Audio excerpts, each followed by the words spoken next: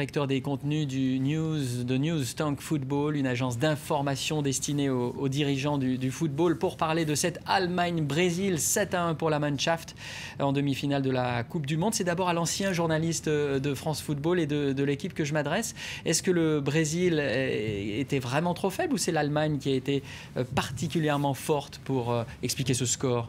Les deux, mon capitaine, j'ai envie de répondre. Évidemment que le Brésil était très très faible sans Neymar, sa vedette, sans son capitaine Thiago Silva derrière, qui étaient vraiment les arbres qui cachaient le désert brésilien. Le Brésil 2014 n'a pas le niveau d'une équipe championne du monde. Et hier, sans ces deux moteurs, elle manquait de carburant. Quant à l'Allemagne, elle monte en puissance et on a vraiment une très belle génération. On a d'excellents joueurs. S'il n'y avait pas eu cette catastrophe, on titrerait aujourd'hui, on ne parlerait que du record de Klose, qui a marqué 16 buts en phase finale, en 4 phases finales de Coupe du Monde. Jamais un joueur n'a marqué autant de buts en phase finale. Jamais. Il a dépassé le pauvre Ronaldo, qui était dans les tribunes hier à Belo Horizonte, et qui a vu à la fois le naufrage de la Seleção, et puis en plus son record qui s'envolait.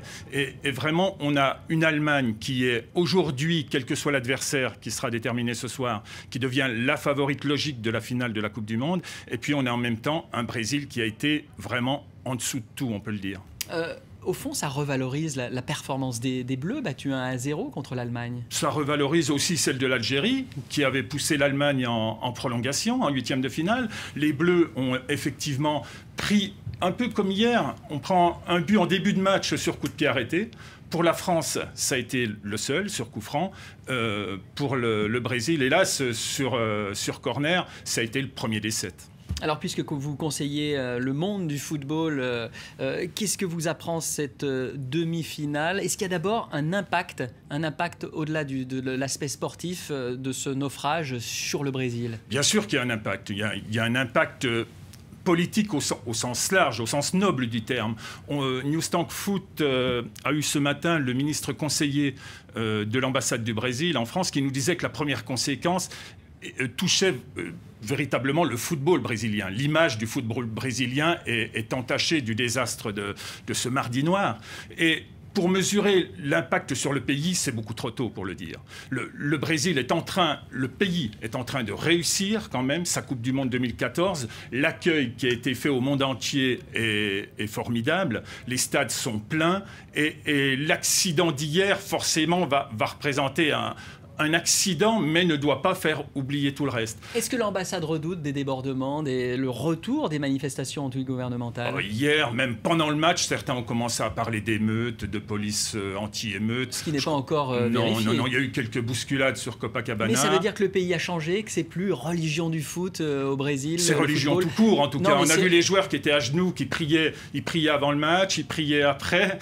Mais le fait qu'il n'y ait pas d'émeutes, finalement, qu'il n'y ait pas de ces mouvements anti-gouvernementaux jusqu'à présent relancés, est-ce que ça veut dire que finalement, les Brésiliens, ils ont d'autres centres d'intérêt aujourd'hui que le football? C'est un pays en croissance. Hier soir, ils ont été assommés. Personne ne pouvait imaginer un tel scénario. Une équipe menée 5-0 après moins d'une demi-heure de jeu, c'est complètement inimaginable. Et inimaginable encore plus pour le Brésil. Donc aujourd'hui, ils sont assommés. Quelles seront les réactions dans les jours à venir? On va voir.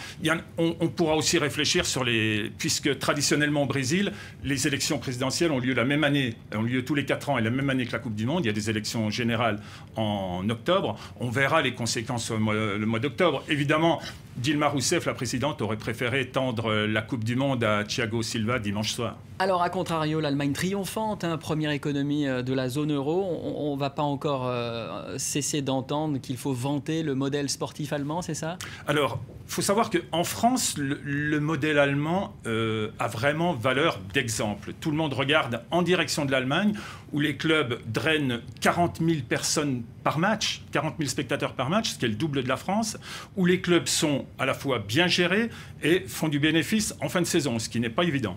Et vraiment, le modèle allemand, qui avait déjà glorifié en 2013, parce qu'il y avait eu 2 clubs allemands en finale de la Ligue des Champions, je pense que l'exploit d'hier, et on verra à la fin de la semaine comment l'histoire allemande se termine pour cette Coupe du Monde, va évidemment continuer à jeter les projecteurs, les lumières sur le football allemand. Ça va sans dire.